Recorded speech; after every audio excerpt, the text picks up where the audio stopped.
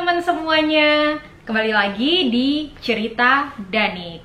Di videoku kali ini aku akan cerita dan ngobrol-ngobrol tentang investasi kerakyatan. Sebenarnya aku pengen cerita tentang ini saat pulang kampung dan ambil videonya di kandang sapi abahku. Tapi ya apa daya, kondisi kan sekarang lagi pandemi, jadi nggak bisa pulang kampung.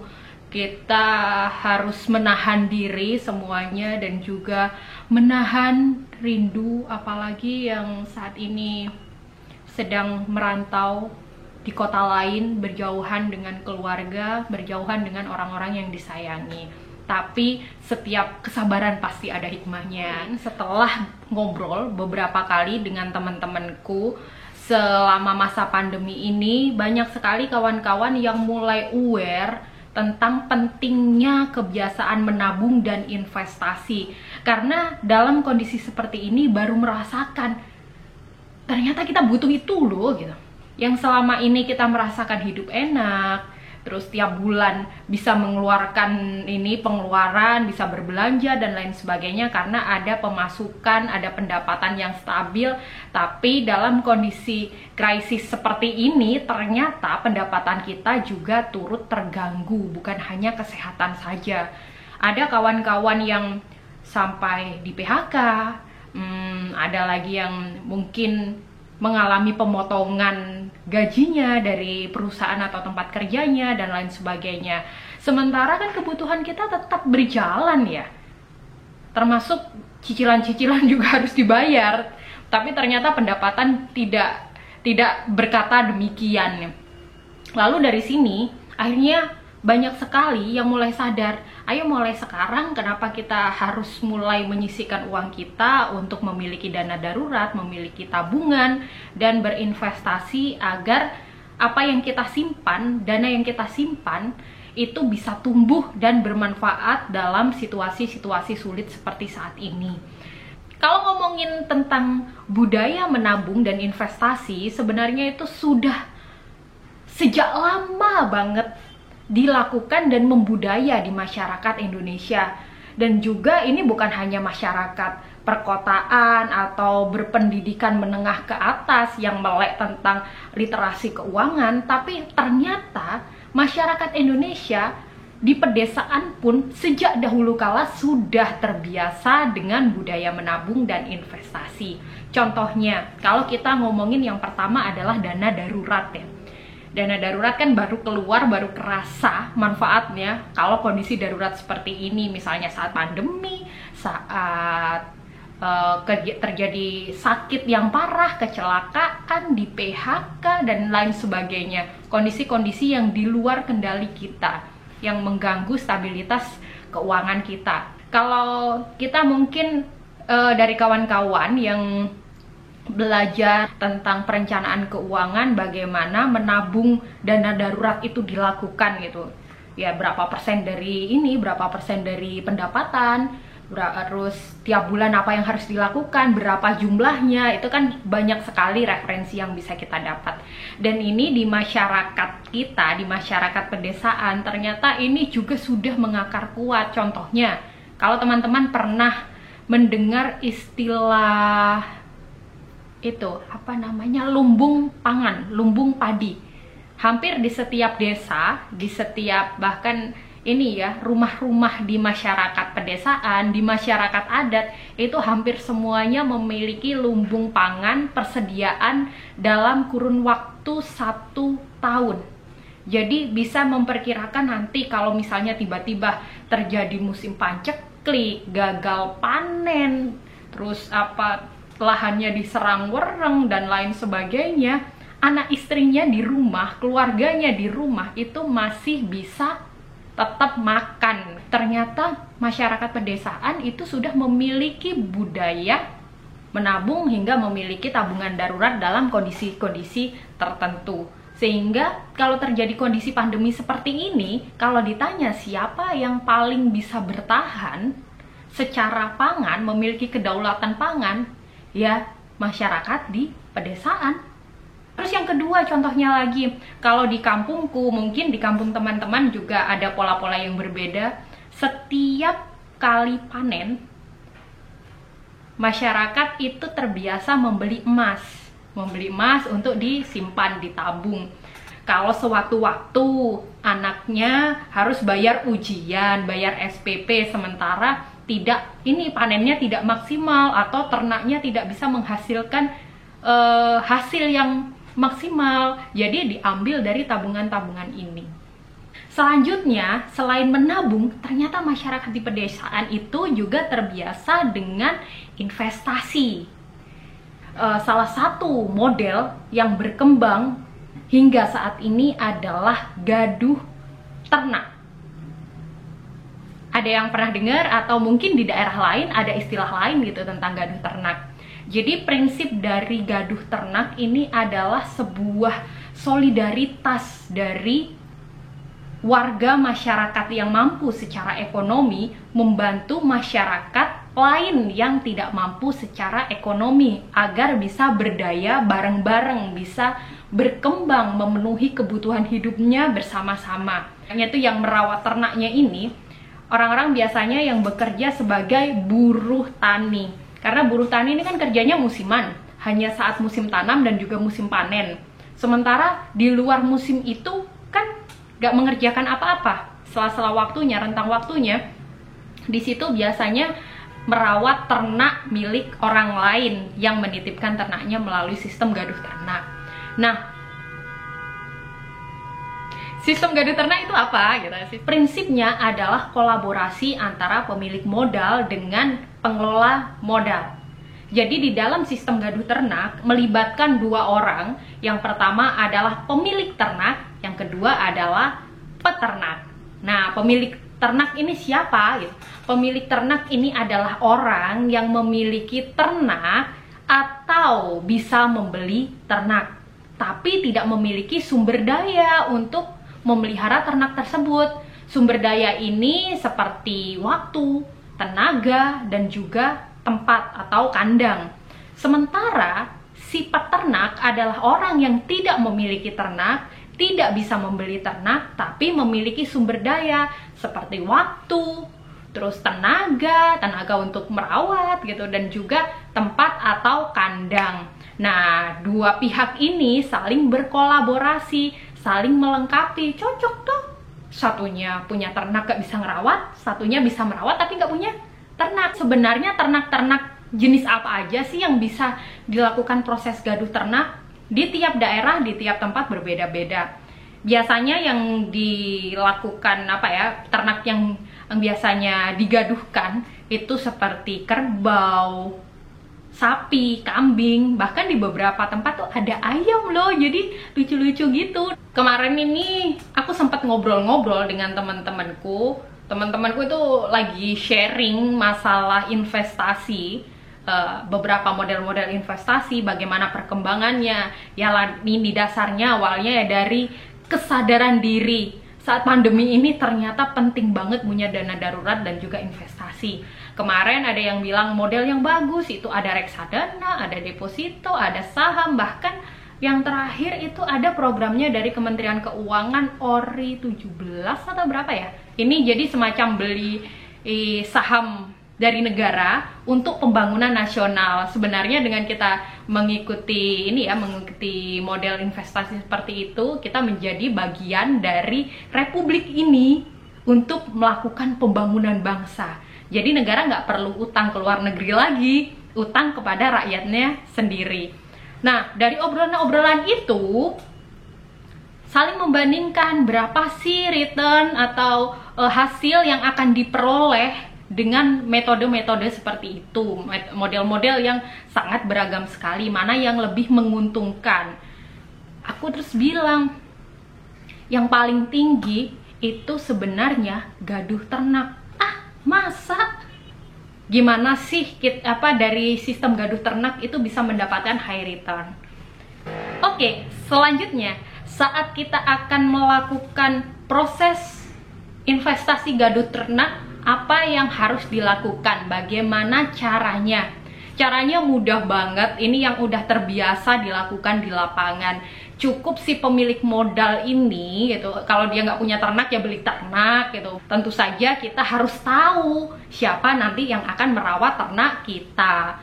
Kalau biasanya yang berkembang di masyarakat, kesepakatan antara si pemilik ternak dengan peternak ini tidak tertulis. Jadi selama ini semuanya hanya lewat lisan saja. Kesepakatannya seperti apa, selama ini pakai aturan seperti apa, landasannya seperti apa. Rata-rata landasannya adalah kekeluargaan dan tahu sama tahu. Ini adalah sistem yang sudah berkembang di masyarakat tapi tidak tertulis. Karena tadi rasa kepercayaan yang tinggi, guyupnya di lingkungan masyarakat pedesaan, dan juga di pedesaan itu ada rasanya pekewuh, pekewuh. Kayak kalau misalnya pakai surat kesepakatan secara tertulis, apalagi bermaterai, itu seolah-olah tidak mempercayai kepada pihak yang akan merawat ternaknya. Itu ada perasaan-perasaan seperti itu. Tapi wajar saja itu bisa dilakukan karena memang rata-rata model gaduh ternak ini dilakukan dengan orang dekat.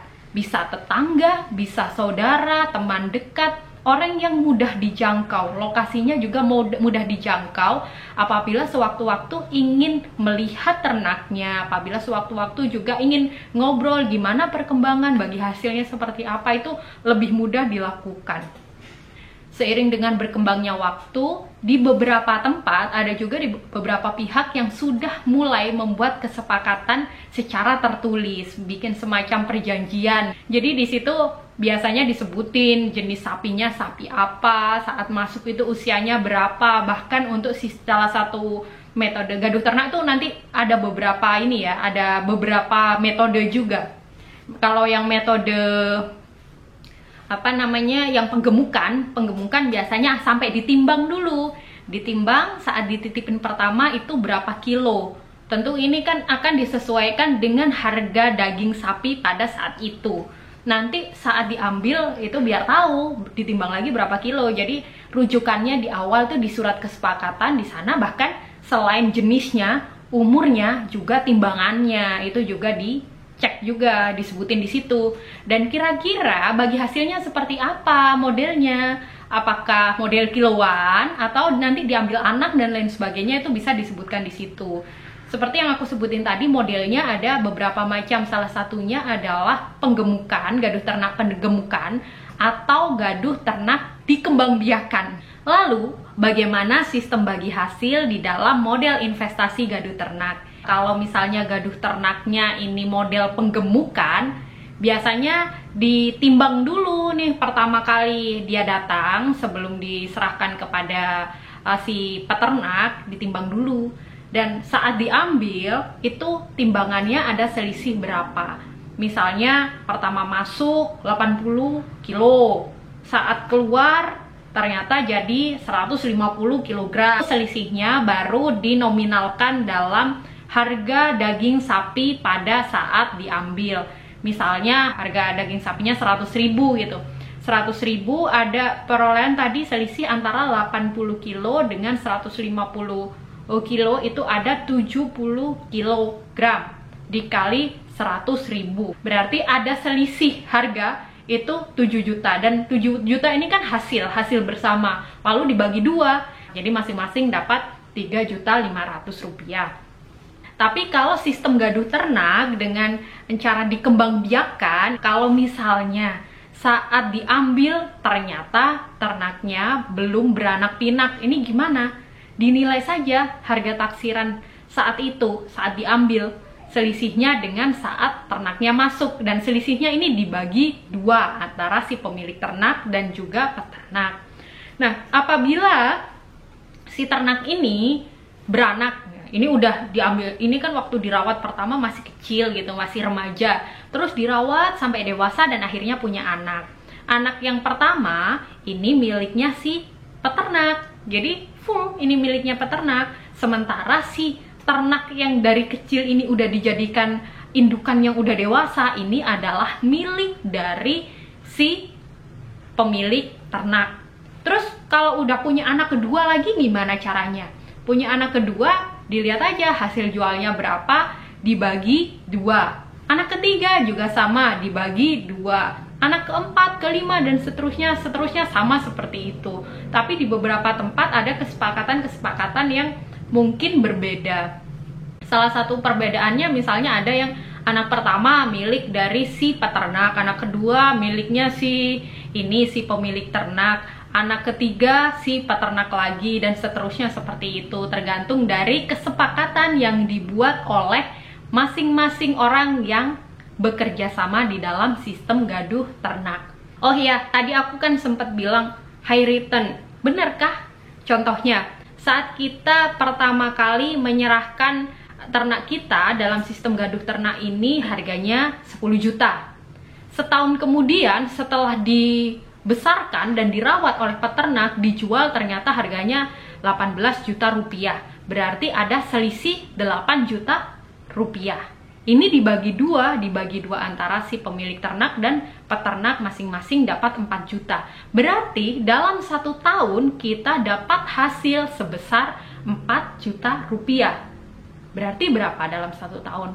40%. Kalau sistem gaduh ternak ini salah satu bentuk investasi yang high return, pasti memiliki high risk. Apa aja sih resiko saat kita melakukan investasi melalui sistem gaduh ternak? Ternak ini kan sebagai makhluk hidup, jadi dia bisa sakit, bisa juga mati. Bayangin, kalau sapinya sakit masih bisa diobati, kalau meninggal itu udah bukan lagi hasilnya nggak ada, tapi sampai di modal-modalnya juga habis.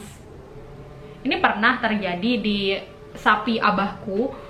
Sapi ini dari beli itu masih remaja, masih kecil gitu, dibesarin sampai besar, akhirnya dia hamil dan siap untuk melahirkan. Tapi ternyata kelamaan, karena itu waktu hamilnya kelamaan di dalam perut si sapinya ini, padahal udah harusnya dilahirin, nggak dilahir-lahirin, akhirnya mati. Mungkin karena pecah ketuban atau apalah. Aku kemarin tuh sempat ngobrol sama ibu, Bu, kenapa ya itu sapinya nggak disesar aja? Aku nggak ngerti, ada nggak ya sesar sapi? Mungkin kawan-kawan ada informasi tentang sesar sapi. Ya, itu. Jadi kalau meninggal, sapinya mati, itu bener-bener udah bukan lagi untungnya yang habis, udah nggak untung, tapi modalnya juga bisa habis. Resiko kedua, hilang, dicuri maling. Ini juga pernah kejadian. Abahku itu menggaduhkan sapinya ke salah satu tetangga di rumah. Nah, waktu itu pas biasanya tuh di daerah-daerah ada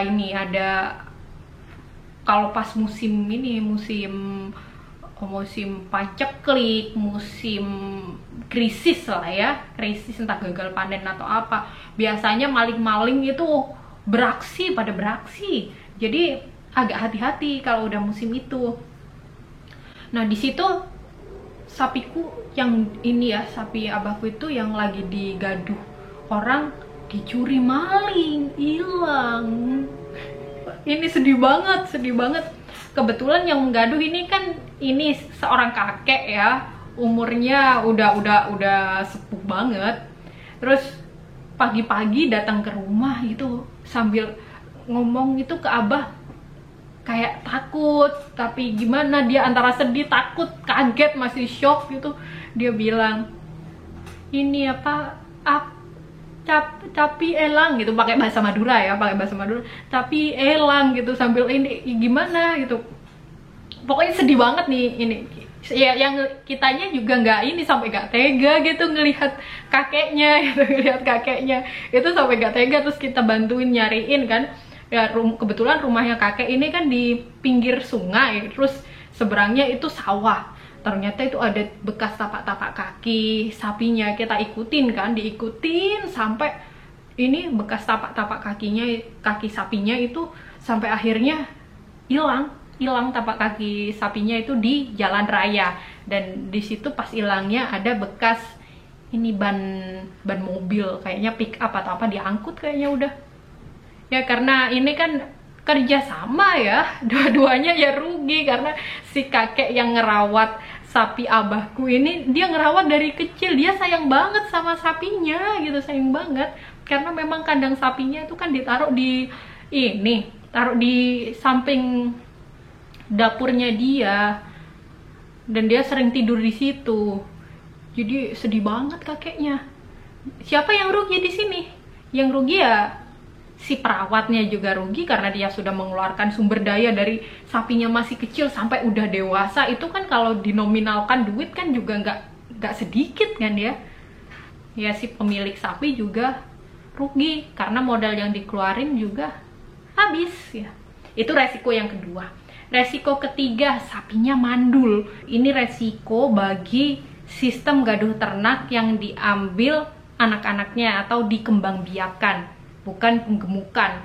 Bayangin kalau sapinya udah divonis mandul, memang ya salah satu caranya dia harus ikut program penggemukan saja, karena tidak bisa diambil anaknya.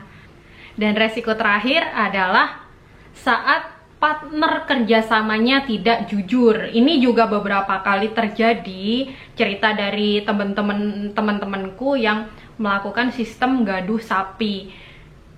Ya partnernya nggak jujur, akhirnya alasannya sapinya mati atau dicuri, padahal ya si pelakunya juga yang bersangkutan. Nah, kalau ada hasil yang tinggi, berarti ada resiko yang tinggi pula.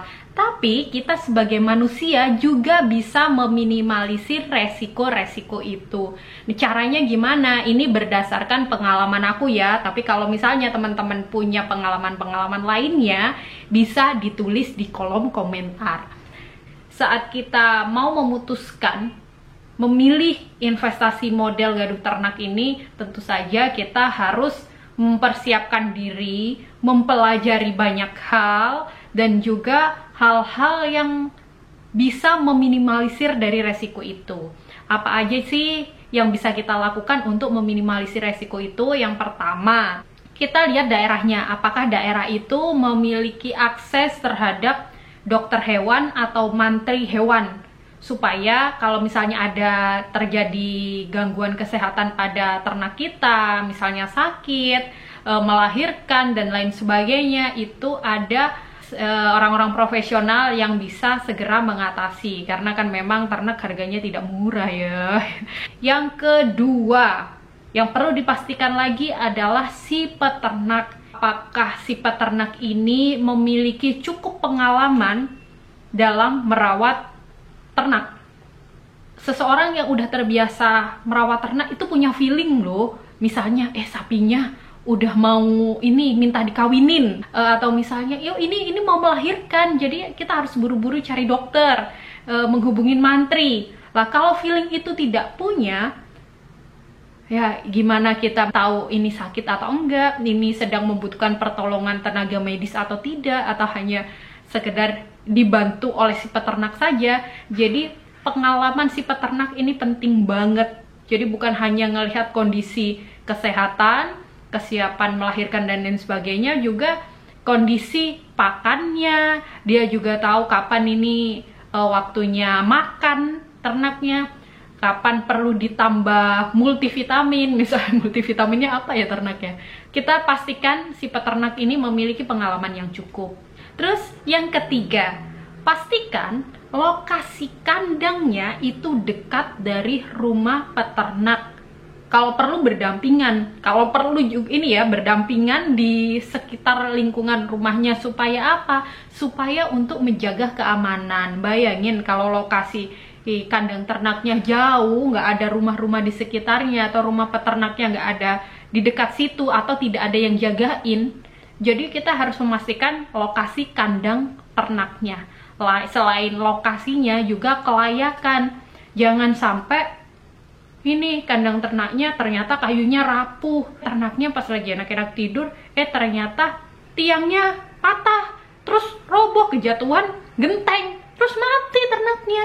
Jadi kan bisa jadi ini beresiko sekali. Jadi kita memastikan, harus benar-benar dipastikan. Kalau perlu sih kita datang secara fisik dilihat gitu. Pastikan si peternak yang akan merawat ternak kita ini memiliki rekor yang baik. Rekor baik ini ya tidak ada, misalnya kan ini informasi banyak bisa kita dapat sih dari lingkungan sekitar, dari tetangga, dari masyarakat. Ternyata ini sering ada kasus kalau ngerawat ternak alasannya hilang, ternyata dijual dan lain sebagainya. Itu benar-benar harus kita kaji. Ya sama halnya dengan kita berinvestasi di bidang lainnya, di metode-metode atau model yang lainnya, kita harus mempelajari dengan sungguh-sungguh bagaimana sih model investasi yang akan kita pilih. Apa sih resikonya? Bagaimana cara meminimalisirnya? Benar-benar kita harus mengkajinya secara sungguh-sungguh supaya apa? Supaya tidak terjadi resiko yang terlalu tinggi karena ketidaktahuan kita. Oke teman-teman, jadi sebenarnya budaya investasi itu sudah mengakar kuat di masyarakat Indonesia sejak dulu kala. Kita sebagai generasi muda saat ini harus sudah mulai belajar untuk mempersiapkan finansial sejak dini. Metodenya silakan dipilih, silakan dipelajari, dan silakan dipraktekkan. Dadah! Sampai jumpa di video-video cerita Danik berikutnya. Cerita apa ya?